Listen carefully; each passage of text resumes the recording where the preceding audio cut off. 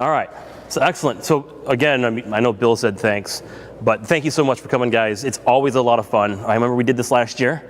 I've done this probably 4 or 5 times now. And brave man. I enjoy this, actually, believe it or not. And Howard, okay, you're always foolish man. You're always sometimes, yes. But it's always fun because I always find that this is a very good sort of not only a technology sort of exercise, technology workout session perhaps, but also a great chance to really spend some time with each of you guys and gals and really kind of talk through where we're trying to take things, where we're trying to actually change our company, how we're trying to drive a different direction for end users, and ultimately hammer home our vision. This kind of all kicked off with, there's a company by the name of Elliott Capital Management. You may have heard of them. They're a investor of ours. And the interesting thing is that as we've started working with Elliott, and we're also working and trying to improve our business as well, it kind of kicked off what we called a program that was Commvault Advance. It actually started well before Elliott was brought into the mix. But interestingly enough, there's really 5 key pillars to this. One is the operating model, which then ties into our partners and the tools we're using to help work with our partners. And then the rest really then is packaging, pricing, and how the product itself kind of links together with those bottom 2 pieces. So on the operating model, one of the biggest changes that Commvault has made is we have shifted a lion's share of resources from being direct customer focused to being primarily partner focused. Again, it's about trying to expand those routes of market, trying to ensure that we're making our business much more simplified for how we work with our partners, and realize that together with our partners, we can probably capture more workloads, let customers realize the promise of what Commvault has to offer together in a faster, more streamlined option than us trying to do it ourselves. It also allows us to have a lot more feet on the street, so to speak, to get the news out to the customers on what we can actually do here. And that leads directly into the partnering model, in that we want to start opening up more routes. It's not just about VAR resellers or distribution. It's also things like service providers, different MSPs that might be offering their own as a service solution, even down to alliance partners. So working through the channels of alliance partners, which will be something we'll talk about here in our routes update. And behind all of that, then we have to support it with a set of new tools. So one of the things you'll probably hear as you go through Go is just some changes we've made, and just also how we support things like a partner desk, what we call a partner success desk, ways that we interact with our partners to help answer questions 24/7 across the globe, and making sure they always have a live body that they can work with to help get quotes out, solve problems, and stay true to what the customer need is as we do business together. All that is made possible through products, and packaging and pricing have been simplified. And I really want to double click really into the packaging side. So if you guys saw the news announcement sometime, I think it was like July 17th, I believe, was the date. On July 17th, we kind of re-announced a new packaging of Commvault. And you may remember us for having 40, 50 SKUs for different technologies that you have to apply. And this kind of goes back to the whole partner focus. One of the challenges our partners used to see was, hey, great, we sold the solution to a customer, but we didn't add the one SKU that turned on the one feature that was going to make the whole thing work, and now we have to go back and get it. And you can understand how that complexity started to cause a bit of a problem. As a customer, sending you that check for $100 after I sent you the check for $100,000 really annoyed me. Yeah, it's infuriating, right? And it's not about the money at that point. No, it costs. Why didn't you get it right the first time, right? And of course, that passes through the customer, passes back to us, and we knew we needed to change that model. But there was also a couple other things that we knew we needed to change at the same time. And that was make it easy for us to get the right technology in front of the customer. So all the cool bits and bobs and technologies and features and capabilities from a backup perspective, things like IntelliSnap, Archive, VM backup, even things like LiveSync that can give you like sub 1 minute RPO RTOs, are now all incomplete. Complete backup recovery means customers have complete technology for all of their workload needs based upon the workloads they want to apply it to. Hadoop you don't have to worry too? about one SKU versus another. Hadoop backup too? And it does backup too. Hadoop. No. Hadoop. Oh, Hadoop. Yes, it does Hadoop backup too. Huh? Yes. So Cassandra, Hadoop, that's all included as a part of the actual complete backup recovery offering. And then of course beyond that, you've got hyperscale. As you guys know, the hyperscale appliance, if customers wish to build their own scale out appliance, we've made it really easy for them to get the software and or the appliance necessary to attach that to their solution. In fact, when we talk about the hyperscale appliance, it actually includes Commvault Complete Backup Recovery together with the hardware and the software that it takes to drive the hyperscale appliance all in one component. So it's an all-in-one thing. We'll talk about where we're taking that roadmap-wise and some of the things you're going to hear at the show as well. Okay, we're going to come back to the licensing model for backup and recovery, right? Yeah, we'll actually talk about it here in a second. Yeah, absolutely. Okay. Or actually, we can. Yeah, next slide, we'll definitely talk about it. Orchestrate and activate, or activate. One interesting on the activate side, and we'll double-click on this as well. It is a product that a customer can buy that is completely separate of backup. So they don't have to be a Commvault customer to start to know their data. It's a new entry path, a new way that a customer can start to learn what's happening across their landscape, and then as they want to get more sort of, call it mature or integrated with how they move and manage against that data, it does integrate with the rest of the product suite. And of course, Commvault Orchestrate is all about helping to drive smarter service delivery and some of the interesting application dev and test and DevOps sort of capabilities that we can deliver to our customers. So it's 4 products. We sell 4 things. Each have an option or 2 or a question or 2 you'll have to answer to get what you want, but ultimately that delivers what our product portfolio is. So Don, is that where the backup as a service would fall under Orchestrate? So backup, and we will have a slide at the very end on that. Backup as a service actually will fall as a service offering that is Commvault complete, or for whatever specific workload offering that the customer is going after. So we'll have marketplaces as well as our own offering that we'll provide through partners, MSPs, as well as support.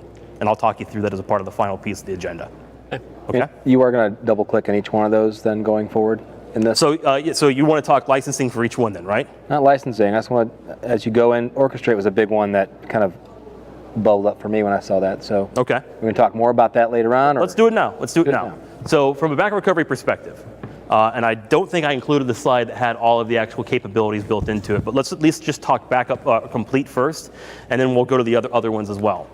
The primary thing that we did on complete backup recovery is give customers really what it is, 2 options for how they want to purchase.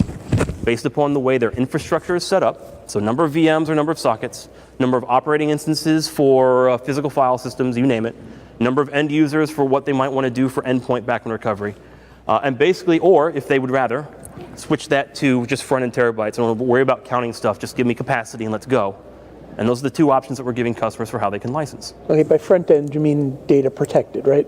No, it would be the size of the front end system, right? So not after dedupe, it's the front end size as it's being calculated on the production system. Right. Right. So basically a customer can choose either or. They can choose to do it based upon counts, the way the environment plays out. And here's the interesting thing. Whether they buy front end terabytes or whether they buy the operating instances and the VM integration, they get file backup, application backup.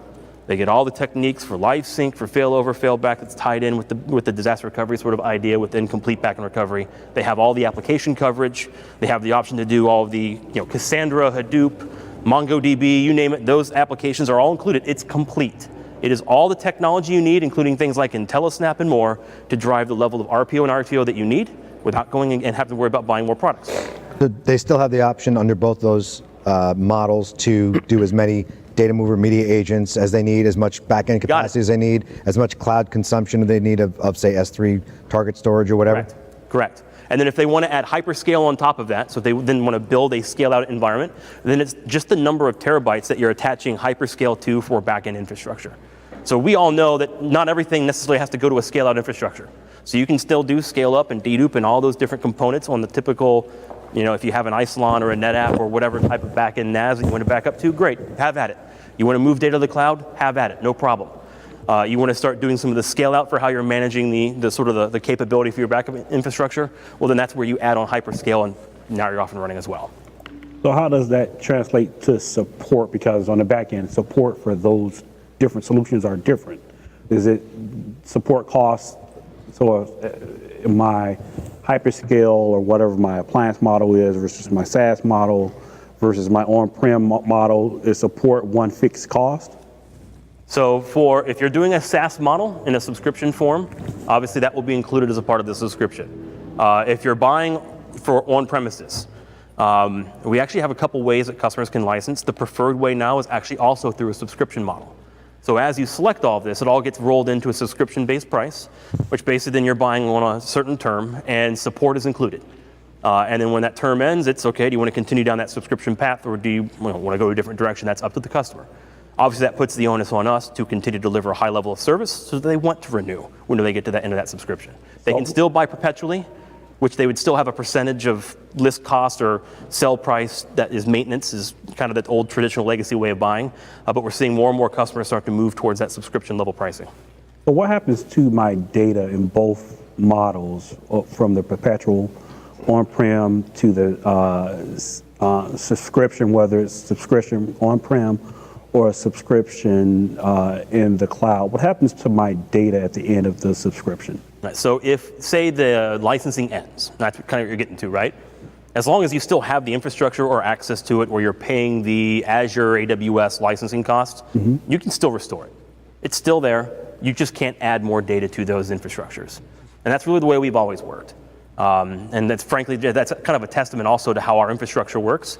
The way we actually write data down allows you to recover whether it's been deduped or not, right? You don't need the actual infrastructure up and running from a dedupe perspective in order to restore data back. Hey, Don, So you always have access to pull it back. what's endpoints on the optional? So optional on endpoints. So if you do a per user licensing on complete back and recovery, that will give you each user endpoint or laptop backup, their OneDrive or So it's different users cloud file as well shares. as well as capacity and things of that nature. In that instance, for that, if you want to buy that, it's done per user. It's not going to be on the capacity front.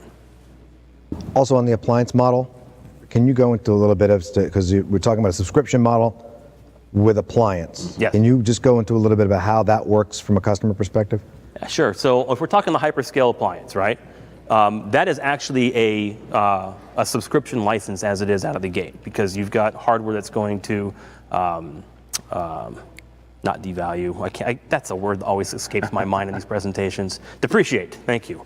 You've got hardware that's going to depreciate over time. So you would say pay an X price for 3 years. At the end of that, if you want to go ahead and re-up that same hyperscale appliance, if we have new hardware, when you re-up that appliance, we'll do a swap for you as a part of that next ongoing.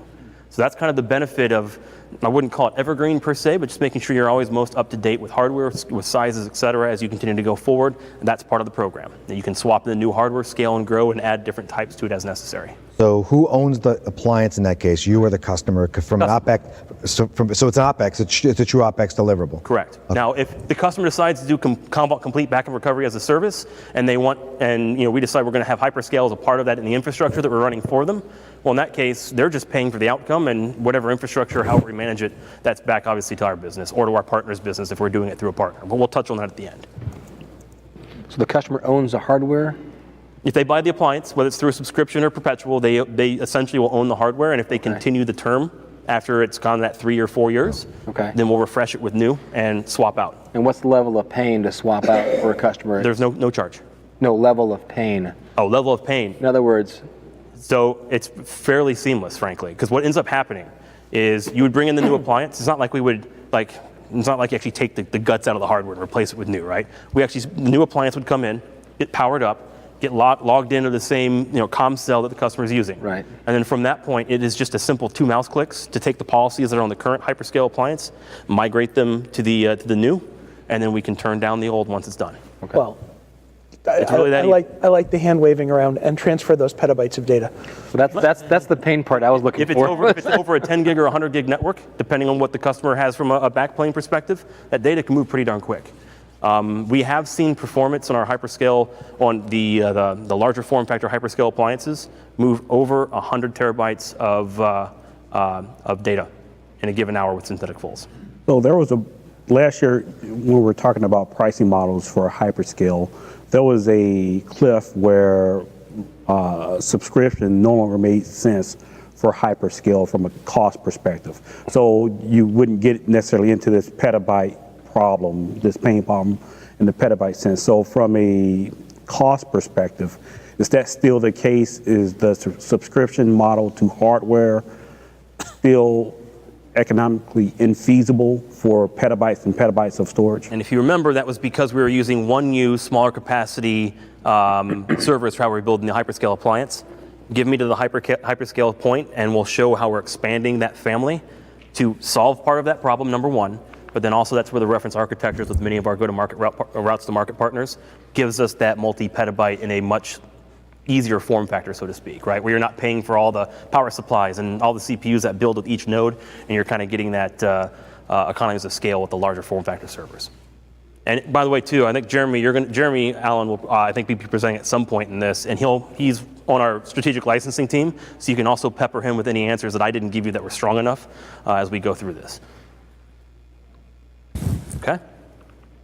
So on orchestrate, that is typically done on a per instance basis on what you're trying to drive the dev and test operations or from an ITSM perspective. And activate is typically based upon primarily users. There's a couple of different models on how we can do it, but it's basically business users and/or IT users that we're going to be crawling the data for, as that's the most typical way that these types of solutions are acquired within the industry. There's a couple of different other models that a customer can attach to, but those are the basic ones that we have today. I know you have more than 6 slides, so I'll just make this really quick here, but when I see simplified disaster recovery, I kind of chuckle at that. Everybody else does. So, Can you help me with that? Because I've been doing this a long time, and I've not been able to find a company that can simplify DO yet. So what I will say then, first and foremost, tomorrow, breakout sessions, 2 p.m., I forget which theater it is, but I'm going to be in it with a Alliant Credit Union customer. Okay. They did DR for, I think it was close to 150 virtual machines from basically a spot right there outside of Chicago to their DR facility. And they had it done while they were on site in under an hour. This year, as you'll hear in the presentation, they're going to do that without even going to Arizona to prove how they can do it with Commvault LiveSync and some of the orchestrate capabilities that we have built in. Okay. So do we make it easy? I guess it depends on what you want to call easy or what your definition of it is, right? But we do have the tools to link into whatever the infrastructure needs to be. And we definitely have the technology to make that data quickly available. And it's not just necessarily from hot site to hot site. It can also go into the cloud. So we start talking about cloud responsibly, right? That's where being smart and how you integrate with all the different cloud provisioning, spinning up the right resources, tying into the right services, making data readily available for whatever that need is, and being able to spin them down at the same time when you're done. Right. That whole component is completely automated within our product. Now, there may be cases where you want to customize for your own specific need, and we still offer those capabilities, but that's where a lot of the workflow engine and some of the personalization fall into on the orchestrate side. Yes, sir. So a lot of the questions that are being asked seem to come around the idea that no one's challenging the concepts, what you guys are doing. They're worried about being caught in little gaps that someone didn't think of because this is going to be an organic process to a degree. So if someone does get caught into a scenario that someone didn't, have precognition of, what is the process? Is there a remediation process? Is there someone you can go to say, hey, look, I got squeezed here. I know I'm a one-off, but I still need to do right for the customer. Yeah. What is that process? So, especially on like the DR side, right? Every DR environment is different. And we do have support to help customers through it. But to your point, let's say the technology goes 90% of the way and there's customization that's required to be successful in the other area. Well, number one, if we can actually create technology to fill that gap, that's a lot of how our customer update requests occur to the software. If you guys have a chance to meet with the experts and talk to our dev teams on how we take customer feedback and turn them into actual updates within the software, that's what a lot of the core product management team help manage. A lot of customers say your support and your dev teams are awesome, they rock, because we help fill those gaps. On the other space, if it's not something that we're going to do as a sort of an automated technology in the software, that's where we are arming our partners and ourselves. We have some personalization services that can help get them to that point. In some cases it's pay, some cases it may not be. It all depends upon what that scenario necessarily means. What if it's not a technology problem? What if it's a unique squeeze point from a financial point of view? You get bit by something that if you'd had any pre-knowledge of, you would have adapted for. But because it only happens to 0.2% of the customers, you're that one person that got caught, right? Yeah, I guess in that scenario, that's where really we need to work with our partner to figure out the best way. That's another great thing about working with partners, is it gives us a little bit more flexibility or different ways that we can help solve some of those challenges. And I can't give you a great answer on how it's going to work, because it's going to be case by case. But ultimately, we want to do right by the customer. We want to make sure the customer walks away happy, that they're achieving what they're trying to achieve, and that they want to come back or recommend Commvault to somebody else. Because if we're not doing that, then we're in the wrong business. So along that same vein, with the switch over and form factor for the appliance, obviously if I'm a customer who bought into the appliance last year, this year there's a better appliance. The typical refresh period is 3 years. Hey, that's a better appliance, quote unquote. What's the process for that customer to switch out early so that I actually get the better solution that has denser storage options? The probably real answer there is buy the new appliance, and when the old one's depreciated, you can turn it down and just continue to. Well, if it's a subscription, so that's one of those things. Well, I subscribe to things. If this is a cloud offering, I don't have to worry about this in the background if it's one of your competitors that live completely in the cloud. If they have a optimization, I automatically inherit that. One of the challenges with these hardware models is that if I'm subscribed to it and there's an optimization, Yep. and I invested early in this partnership, I'm kind of, Based upon the term of your subscription, you're locked into that point until the subscription comes to an end. Although I find it hard to think of a real optimization in the hardware, not the software. well, if in the case that if I get more capacity, faster, but not better.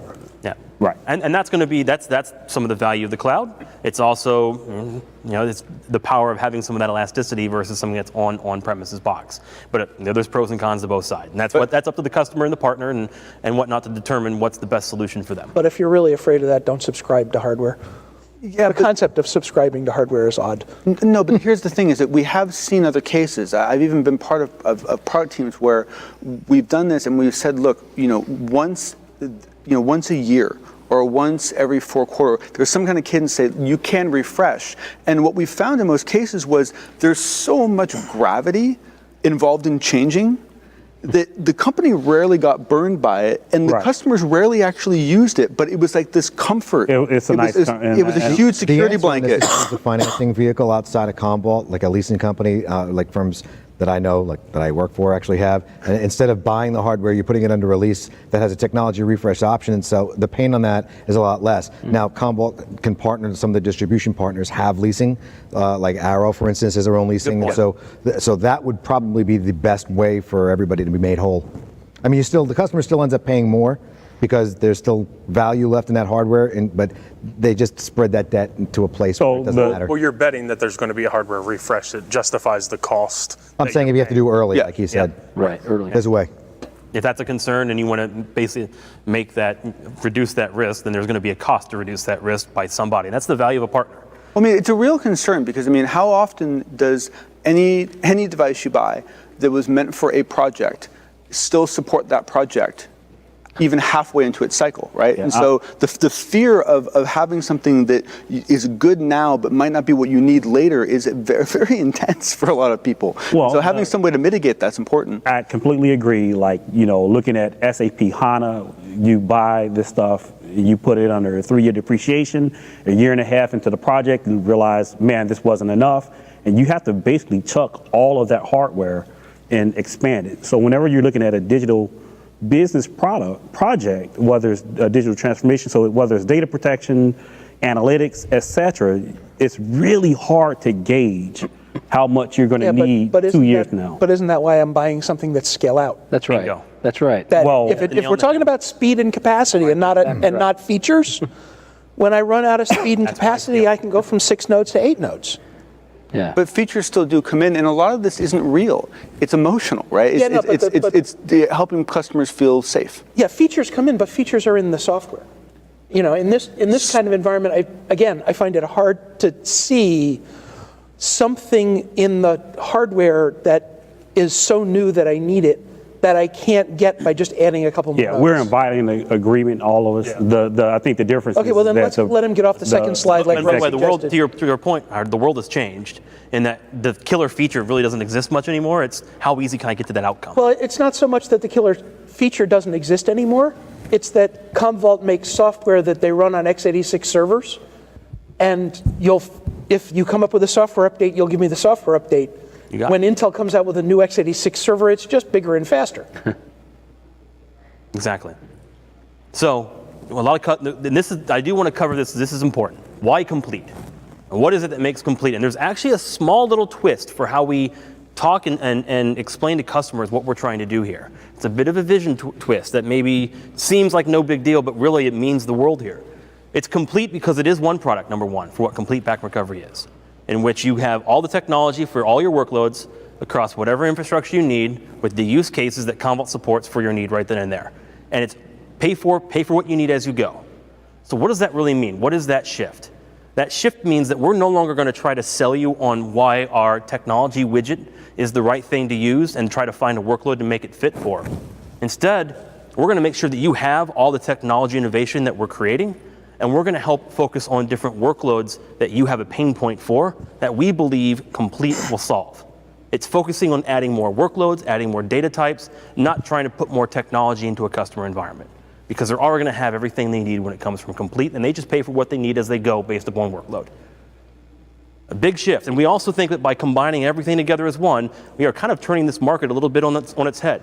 Because right now there's a competitive landscape where you're going to see them add more products, more features and capabilities with more price points to them that has to be figured out on what do I really need to meet my end goal. And the things that we're going to talk through today will all fold into one of these 4 products. All right? We talked about that. This, by the way, is what the simplified architecture now looks like.